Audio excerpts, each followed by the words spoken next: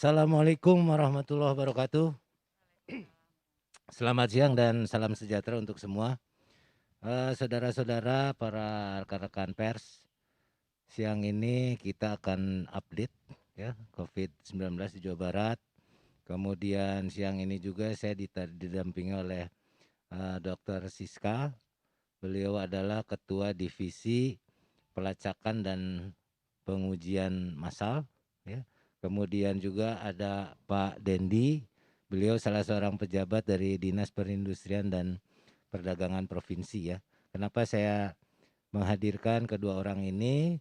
Mungkin di akhir-akhir ini kan sedang update ya, sedang ramai dibicarakan masalah klaster industri dan sebagainya. Kemudian juga ada angka peningkatan kasus terkonfirmasi positif di Jawa Barat.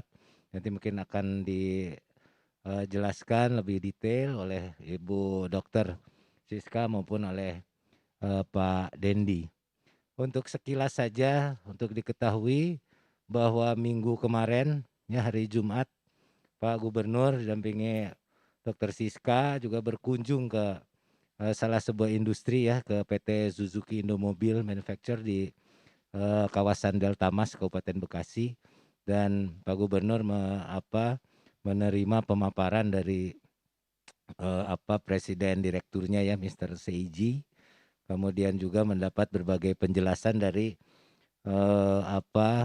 gugus tugas ya yang ada atau satgas yang ada di pabrik tersebut. Kemudian juga dilanjutkan dengan pertemuan dengan para pengusaha di kawasan industri yang ada di Bekasi dan Kabupaten Karawang ya. Jadi seperti mungkin saudara-saudara sudah ketahui bahwa secara umum sebetulnya industri-industri ya, khususnya industri yang besar itu, mereka sudah melakukan protokol kesehatan secara ketat gitu kan. Hanya yang perlu diwaspadai dan ditindaklanjuti adalah kemungkinan ya klaster industri ini tidak ada transmisi karena di sana gitu, lokal di sana. Ini kemudian kemungkinan seperti apa yang terjadi di perkantoran ya. Jadi si industri itu dia sulit untuk bisa melacak gitu atau memonitor ya kegiatan-kegiatan para pekerja, para pegawainya ini di luar kantor. Nah, kemudian kemungkinan mereka terpapar di luar kantor, kemudian masuk kerja. Nah, disitulah mungkin terjadi penularan internal, dan Pak Gubernur sudah menginstruksikan ya ke beberapa pengusaha industri itu, antara lain salah satunya untuk bisa bahwa para pegawai itu mengisi kegiatan harian ya. Tidak hanya selama mereka di tempat kerja, juga mereka selama di luar tempat kerja, di rumah maupun di luar rumah, kegiatan-kegiatan apa saja, kemana saja gitu kan. Tapi secara tentunya forumnya secara sederhana. Maksudnya untuk apa? Supaya kalau terjadi seperti sekarang itu pelacakannya akan lebih mudah ya, dan mudah-mudahan yang klaster industri ini bisa segera terhenti gitu kan. Yang jelas bahwa mereka yang sudah terkonfirmasi positif itu sudah ditangani dengan baik ya, berkat kerjasama satgas yang ada di industri dengan gugus tugas di kabupaten ya, khususnya Kabupaten Bekasi yang ada. Nah, saudara sekalian, saya akan update ini untuk data COVID-19 Provinsi Jawa Barat per hari ini ya, atau ini masih tanggal 7 Desember, biasanya siang-siang ini ada update lagi. Ya, yang positif ini tercatat sebanyak 12.709 atau bertambah 204 dari hari sebelumnya. Kemudian yang total meninggal yang positif tidak bertambah dari hari sebelumnya, yaitu sejumlah 281, dan yang sembuh positif alhamdulillah bertambah sebanyak 88, sehingga total yang sembuh ada sebanyak 6.642. Sedangkan untuk kasus suspek ya, dari total 73.296 ini masih aktif 1.925, berkurang dari hari kemarin sebanyak 81. Kemudian yang kontak erat dari total 40.939, ini yang aktif ada 5.575. Sedangkan probable dari total 969 itu yang aktif ada 79. Saya kira itu untuk update data COVID-19 per hari ini, dan kita tetap berharap ya mudah-mudahan angka-angka ini bisa terus menurun ya. Saya lihat juga kemarin rata-rata di angka 250 gitu, sekarang sudah mulai 200 ke bawah sudah ada, mudah-mudahan ini bisa terus menerus menurun dengan upaya-upaya yang akan kita lakukan antara lain dengan testing, kemudian tracing dan isolasi. Nanti mungkin lebih detailnya akan disampaikan oleh Ibu Dr. Siska. Untuk itu kami persilahkan Dr. Siska untuk menyampaikan hal-hal yang perlu diketahui oleh masyarakat melalui rekan-rekan pers ini. Mangga, kami persilakan.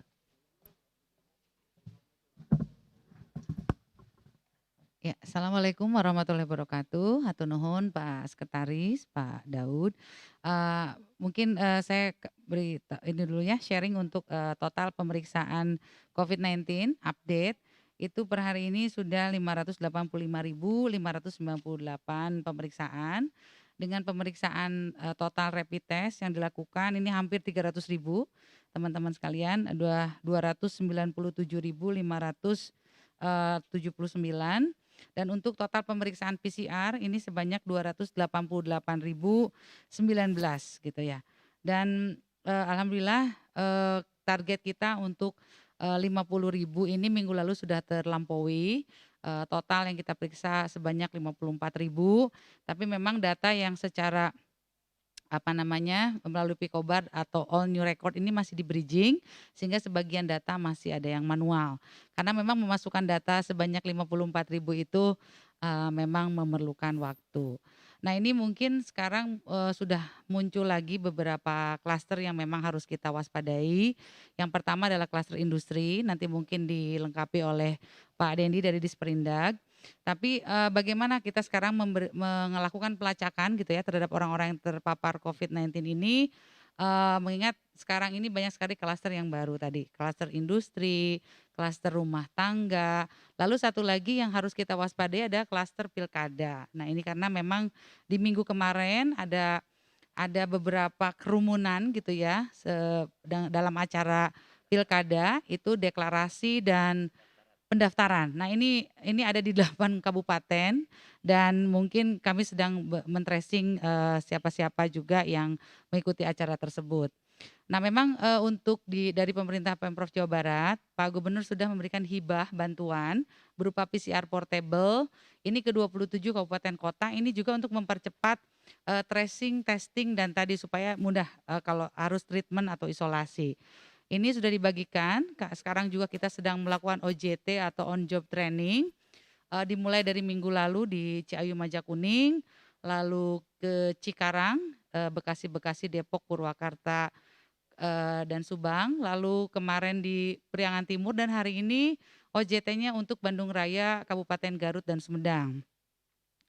Mungkin hari Kamis besok terakhir adalah di daerah Bocimi, Bogor, Cianjur dan Sukabumi.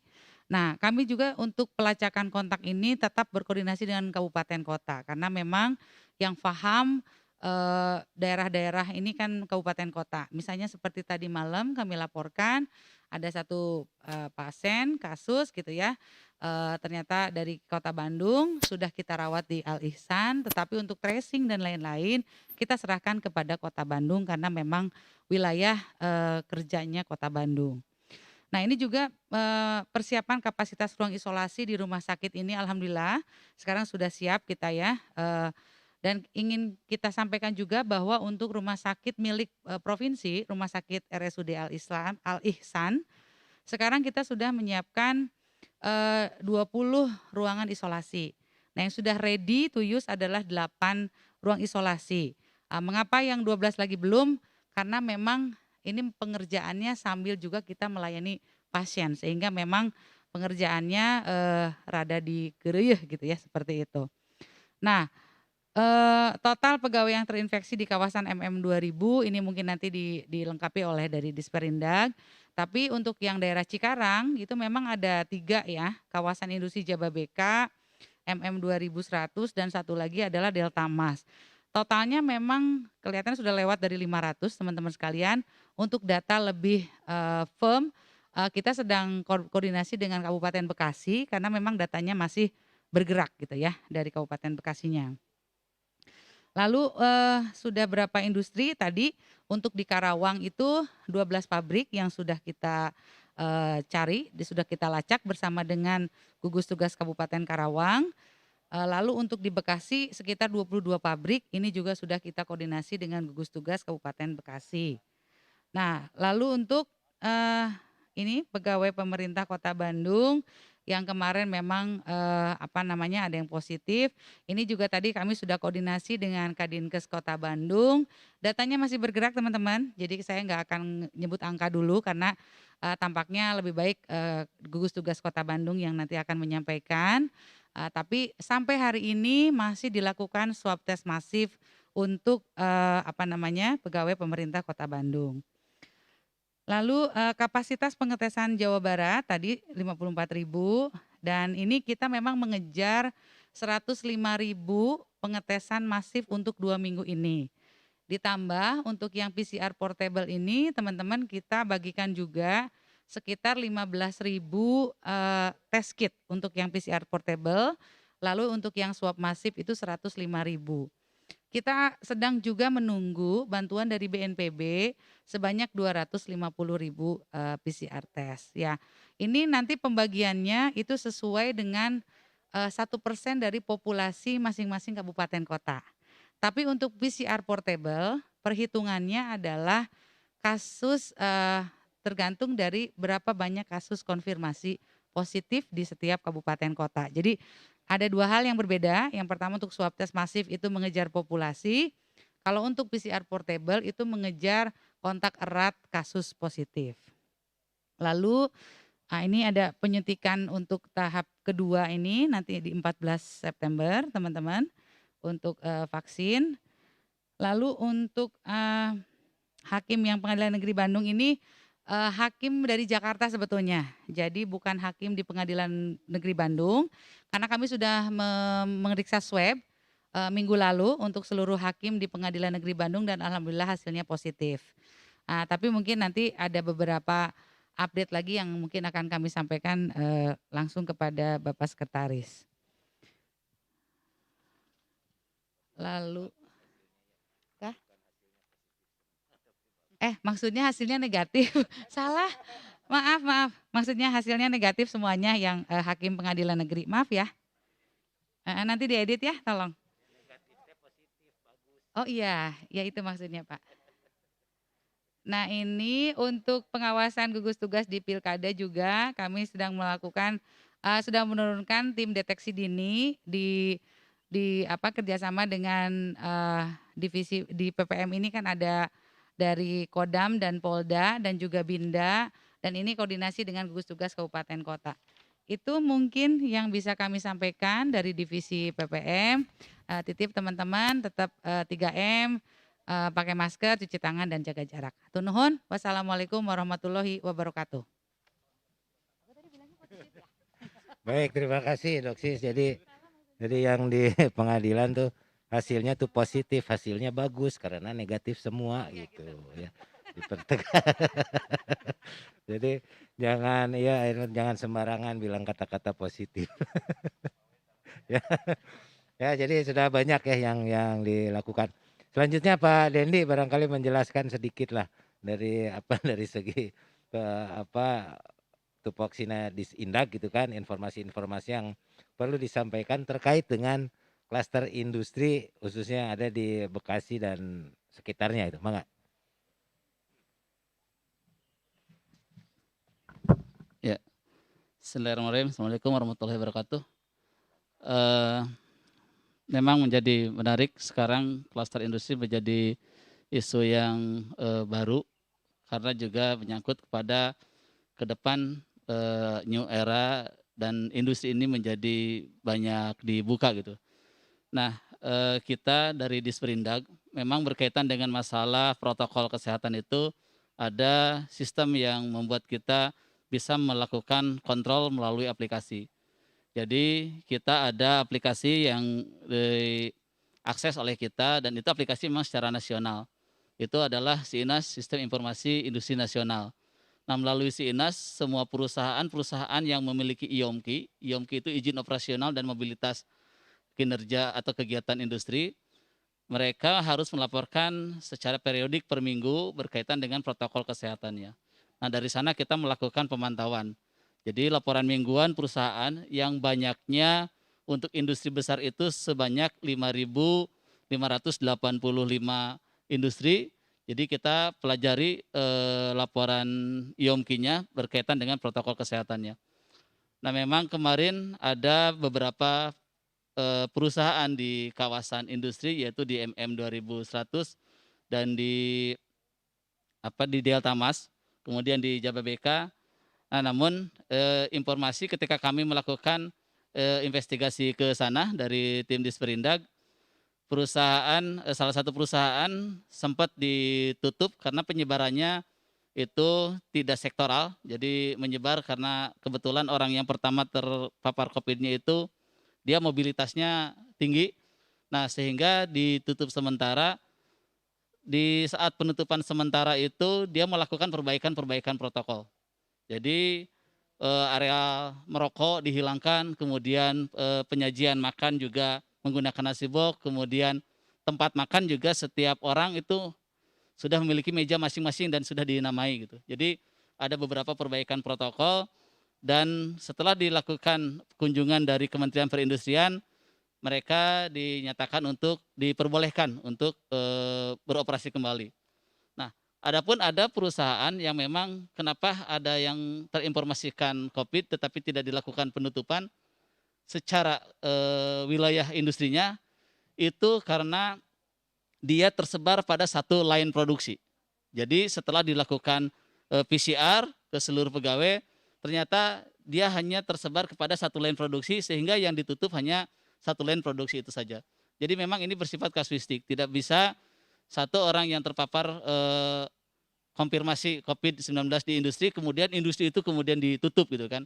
Jadi ada pertimbangan-pertimbangan lain juga secara protokol kesehatan ataupun dari sisi pertimbangan industri.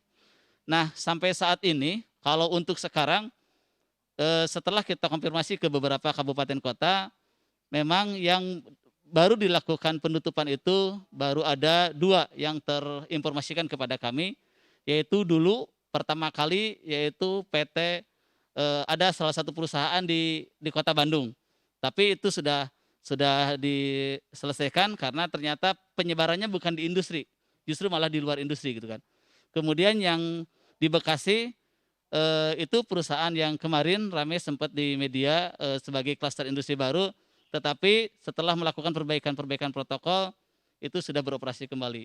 Nah, dari perbaikan protokol itu kita akan mengevaluasi surat edaran dari Menteri Perindustrian terkait dengan protokol kesehatan di lingkungan industri. Apa-apa yang menjadi perbaikannya itu akan kami sampaikan kepada Kemenperin. Salah satunya misalkan tadi Pak Gubernur berharap bahwa itu menjadi sebuah protokol di mana setiap pegawai melakukan riwayat atau catatan harian aktivitasnya sehingga nanti mudah ngetresnya itu.